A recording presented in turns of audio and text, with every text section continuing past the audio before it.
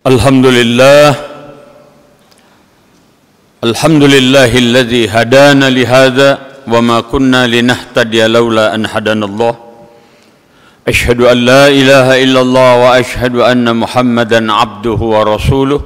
Allahumma salli ala Muhammad sallallahu alaihi wa alihi wa sallama tasliman katsira, amma ba'd. Ayuhan nas, usikum bitaqwallah la'allakum turhamun. Qala Allah Ta'ala fil Qur'anil Karim, a'udzu billahi minasy syaithanir rajim. Bismillahirrahmanirrahim. Walillahi 'alan nas hajjul bait man istata'a ilaihi sabila, ila akhiril ayah. Shadaqallahul azim.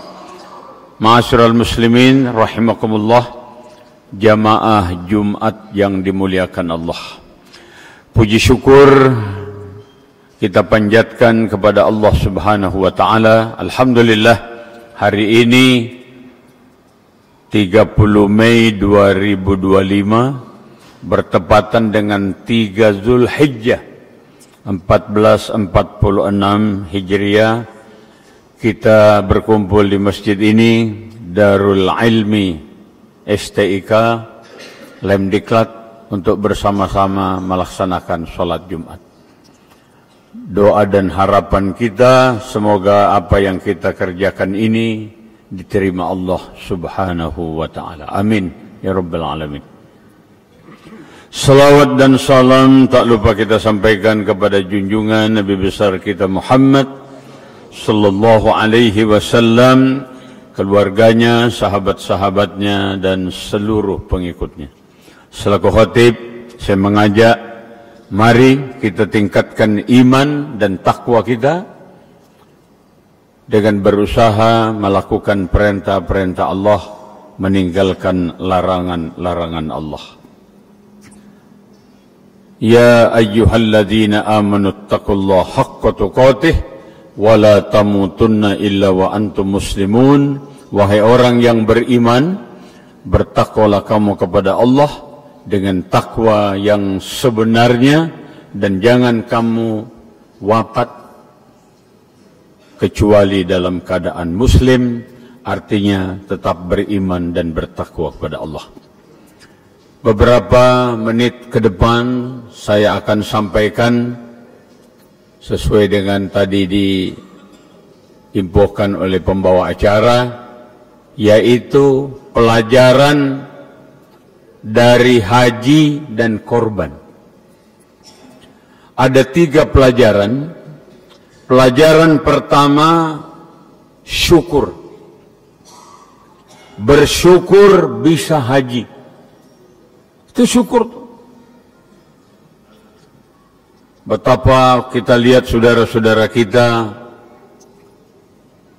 dalam berusaha mencari rezeki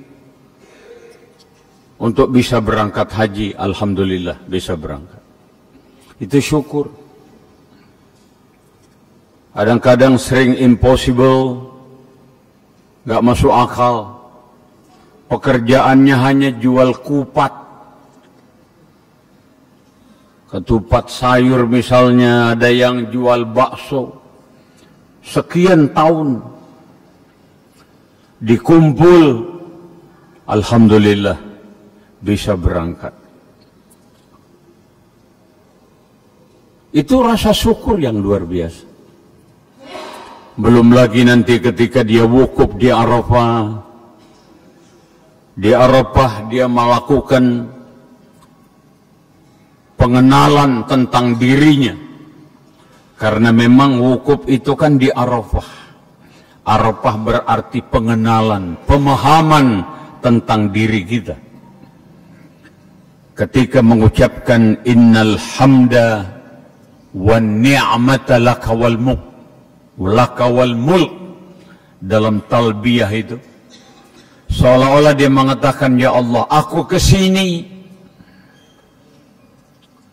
memenuhi panggilanmu ya Allah.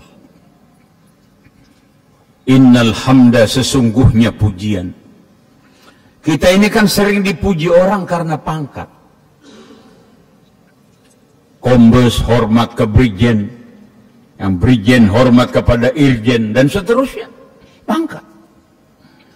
Nanti pensiun juga. Selesai.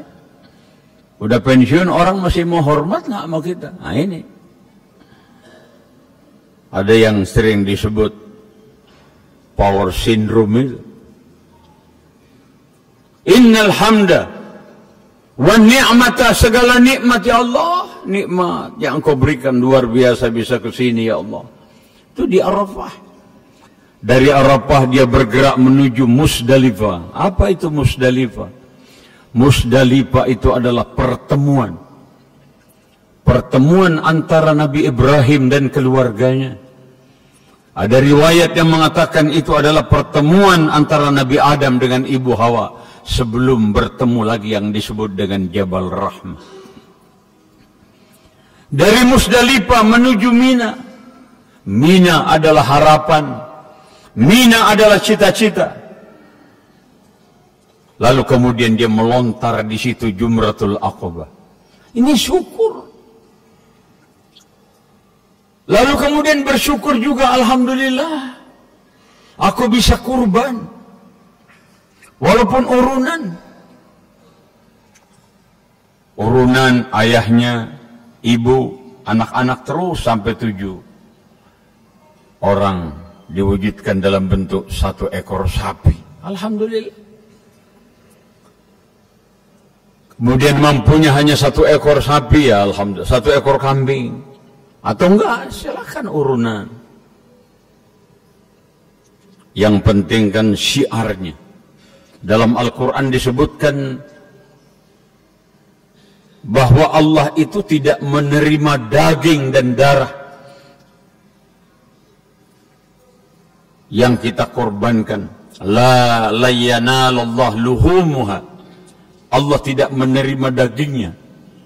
Wala dima'uha, dan darah yang kita alirkan dari korban itu. Walakin yanaluhu taqwa minkum, yang diterima itu adalah ketakwaan, ketaatan daripada kita. Inilah pelajaran yang kita sebutkan tadi tentang syukur itu. Bagaimana syukurnya Nabi Ibrahim alaihissalam yang nggak jadi menyembelih putranya Ismail. Dia wujudkan dalam bentuk syukur kepada Allah. Sehingga dia setiap Idul Adha, dia korbankan sekian puluh ekor onta, ekor kambing atau domba. Masya Allah. Itu rasa syukurnya kepada Allah. Yang kedua, pelajaran yang kedua dari Idul Haji dan Idul Korban apa? Sabar. Sabar menunggu untuk bisa berangkat. Ada orang yang sampai harus menunggu 10 tahun, 20 tahun. Sabar, akhirnya dia bisa berangkat. Masya Allah. Inilah yang dibangun rasa sabar itu. Rasa sabar untuk bisa berangkat melaksanakan ibadah haji. Dan rasa sabar itu pun juga diwujudkan ketika dia bisa bertemu dengan keluarganya, bertemu dengan para jamaah ketika mereka melaksanakan ibadah haji. Rasa sabar ketika berada di Madinah yang mungkin pondokannya jauh dengan masjid. Rasa sabar yang dia lakukan ketika harus menunggu antrian. Itu kan membangun rasa sabar juga. Belum lagi bagaimana rasa sabar itu diwujudkan dalam bentuk korban. Subhanallah. Karena itu diabadikan di Mina. Ketika saudara kita yang melaksanakan ibadah haji melontar Jumratul Ula, Jumratul Wusta, dan Jumratul Aqabah pada tanggal 11 dan 12. Itu yang disebut dengan nafar awal. Ketika nafar sani 11, 12, dan 13. Nafar itu sering diartikan menjadi gelombang atau rombongan. Rombongan pertama, rombongan kedua. Ketika detik-detik penyembelihan korban itu, maka iblis berwujud manusia menggoda Ismail alaihissalam. itu digambarkan ketika berada di Jumratul Ula. Hai Ismail, kata setan itu, kabur aja dari orang tuamu. Ngapain kamu mau disembelih oleh ayahmu? Karena mungkin Ismail udah diberikan didikan agama dengan baik. Dia lempar setan itu. Itu yang diwujudkan dalam Jumratul Ula. Jumratul Wusta itu karena nggak mempan dengan Ismail, yang digoda itu adalah ibunya, Siti Hajar. Jumratul Ula, Jumratul Wusta, jumrah yang pertengahan. Ya sama juga godaannya. Dia lempar juga itu iblis yang berwujud manusia. Dan ketiga-tiganya diuji, digoda. Ada Ismail alaihissalam, ada Ibu Hajar, dan ada Ibrahim alaihissalam. Dan itulah yang diabadikan dalam melontar Jumratul Aqabah. Ini kesabaran yang luar biasa. Dan kesabaran itu pun diwujudkan bagaimana Ibu Hajar ketika berlari dari Safa ke Marwah yang diwujudkan dalam bentuk sa'i. Inna Safa wal Marwata min sya'airillah. Gak ada makanan, lari lagi Safa Marwah, Marwah Safa. Ini kesabaran. Sama juga dengan kita. Kita pun mengalami ujian. Dan orang yang beriman itu makin kuat imannya, makin berat ujian. Silakan buka Al-Ankabut, kata Allah. Ahasiban nas ayyutraku ayyakulu amanna wahum la yuftanun. Apakah manusia mengira mengaku beriman lalu tidak diuji lagi? Bagaimana kemampuan kita untuk menghadapi ujian demi ujian ini? Ada endingnya juga, insya Allah. Jamaah yang dimuliakan Allah, sidang Jumat yang berbahagia.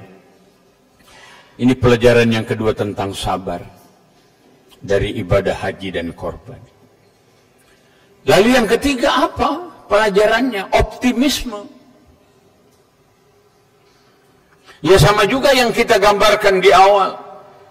Optimisme yang dibangun oleh bapak, ibu, pedagang kupat tadi itu. Atau apapun profesinya. Optimisme, insya Allah kalau Allah menghendaki berangkat. Ini optimisme. Kalau Allah menghendaki, makanya sering kita sampaikan, berdoalah kepada Allah, ya Allah, jangan kau cabut nyawaku ya Allah, sebelum aku berkunjung ke Makkah Al-Mukarramah dan Madinah Al-Munawwarah. Kalau nggak bisa melaksanakan haji, minimal umrah. Kita nggak tahu rezeki dari mana, insya Allah. Dalam surat At-Talaq yang dilukiskan oleh Allah, wa may yattaqillah, barang siapa yang benar-benar yakin kepada Allah, takwa kepada Allah, yaj'al lahu makhraja, selalu ada jalan keluar yang diberikan oleh Allah, selalu ada solution. Yaj'al lahu makhraja wa yarzuqhu min haitsu la yahtasib, dan diberi rezeki dari jurusan yang nggak diduga-duga. Itulah Allah. Kadang-kadang Allah berkehendak, Allah berbuat kepada kita last minute, detik-detik terakhir. Banyak teman-teman udah putus asa dia. Saya udah sespinti katanya. Saya udah lemhanas, kok masih kombes juga gitu. Dalam keadaannya itu manusia kan mengalami putus asa juga. Ada titik-titik nadir lemah dia. Tiba-tiba ada TR, Anda bintang 1. Kan mah ya. Ya cuman itulah manusia. Yang digambarkan oleh Rasulullah. Lau kana libni Adam wadiyani min zahabin labtagha salisan, dan seterusnya.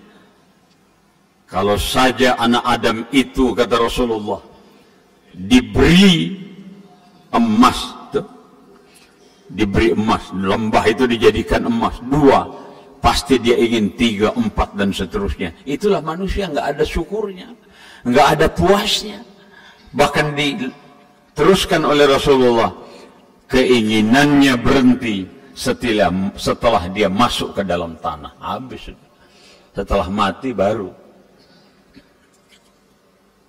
Itulah optimisme. Sama juga optimisme yang diajarkan kepada kita ketika Nabi Ibrahim akan menyembelih Ismail alaihissalam. Kan nggak pernah kebayang bahwa yang disembelih adalah Ismail. Tiba-tiba dikirim oleh Allah yang dilukiskan dalam surat As-Saffat itu. Wa padainahu bizibhin azim. Kami ganti Ismail dengan tebusan yang besar. Itulah yang disembelih. Nabi Ibrahim nggak pernah kebayang bahwa yang ia sembelih adalah kibas atau domba. Inilah optimisme. Dia lakukan ini perintah Allah. Sama juga misalnya dengan kita dengan melaksanakan ibadah korban. Ada insya Allah. Ya Allah, tahun ini aku belum sempat berkorban, ya Allah. Mudah-mudahan tahun depan. Jangan. Ma'asyiral muslimin rahimakumullah. Jadi optimisme itu yang harus kita bangun terus. Dan yang dibangun itulah ketika kita melaksanakan haji, ketika kita tawaf, mengelilingi Ka'bah, di situ ada optimisme yang dibangun. Bahwa dalam perjalanan putaran pertama, kedua, nanti akan selesai juga yang ketujuh. Ma'asyiral muslimin rahimakumullah. Orang bijak sering mengatakan, orang yang optimis selalu melihat peluang dalam setiap kesulitan. Tapi orang yang pesimis selalu melihat kesulitan dalam setiap kesempatan. Nah, oleh karena itu, pelajaran dari Idul Haji dan Korban ini, yang pertama adalah tentang syukur, yang kedua tentang sabar, yang ketiga tentang optimisme, dan tentu doa-doa terbaik kita.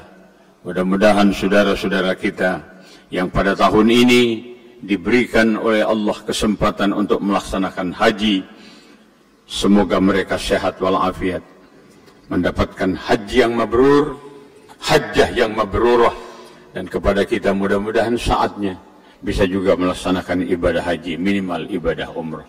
Dan mudah-mudahan tadi dibacakan pengumumannya tentang pelaksanaan Idul Adha, insyaallah jatuh pada hari Jumat tanggal 6 Juni. Semoga berlangsung dengan lancar, ya salatnya, ya juga penyembelihan korbannya, dan bisa dibagi kepada saudara-saudara kita yang du'afa, sehingga niat baik para pengorban insyaallah dikabulkan oleh Allah subhanahu wa ta'ala. Demikian khutbah kita hari ini.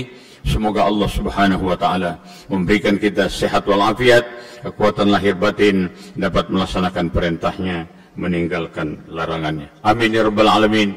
Barakallahu li wa lakum fil Qur'anil azim, wa nafa'ani wa iyyakum bima fihi minal ayati wa zikril hakim, wa taqabbala minni wa minkum tilawatahu, innahu huwal ghafurur rahim.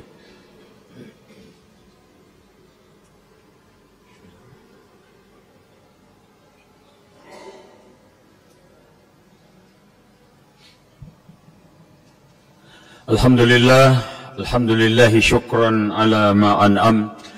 Asyhadu an la ilaha illallah kama amar wa alzam, wa asyhadu anna Muhammadan abduhu wa rasuluh. Allahumma salli ala Muhammad sallallahu alaihi ma adha'a dhahrun wa adlam wa a'la mahallahum yawm asy-syafa'ati wa akram wa sallama tasliman katsira amma ba'd. Ayuhan nas ittaqullaha haqqa tuqatih wa la tamutunna illa wa antum muslimun. Innallaha amarakum bi amrin bada'a bihi bi nafsihi وسن بملائكته وأيه بالمؤمنين من عباده وقال عز من قائل إن الله وملائكته يصلون على النبي يا أيها الذين آمنوا صلوا عليه وسلموا تسليما. اللهم صل على محمد وعلى آل محمد كما صليت على إبراهيم وعلى آل إبراهيم، وبارك على محمد وعلى آل محمد كما باركت على إبراهيم وعلى آل إبراهيم في العالمين إنك حميد مجيد. وارض اللهم عن أربعة الخلفاء الراشدين أبي بكر وعمر وعثمان وعلي، وعلى البقية الصحابة والتابعين، وعلينا معهم برحمتك يا أرحم الراحمين. اللهم اغفر للمسلمين والمسلمات والمؤمنين والمؤمنات الأحياء منهم والأموات إنك سميع قريب مجيب الدعوات.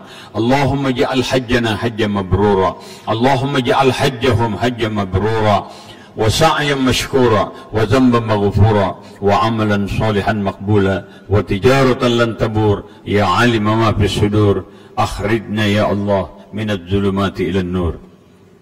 ربنا آتنا في الدنيا حسنة وفي الآخرة حسنة وقنا عذاب النار. عباد الله، إن الله يأمر بالعدل والإحسان وإيتاء ذي القربى وينهى عن الفحشاء والمنكر والبغي يعظكم لعلكم تذكرون، ولذكر الله أكبر.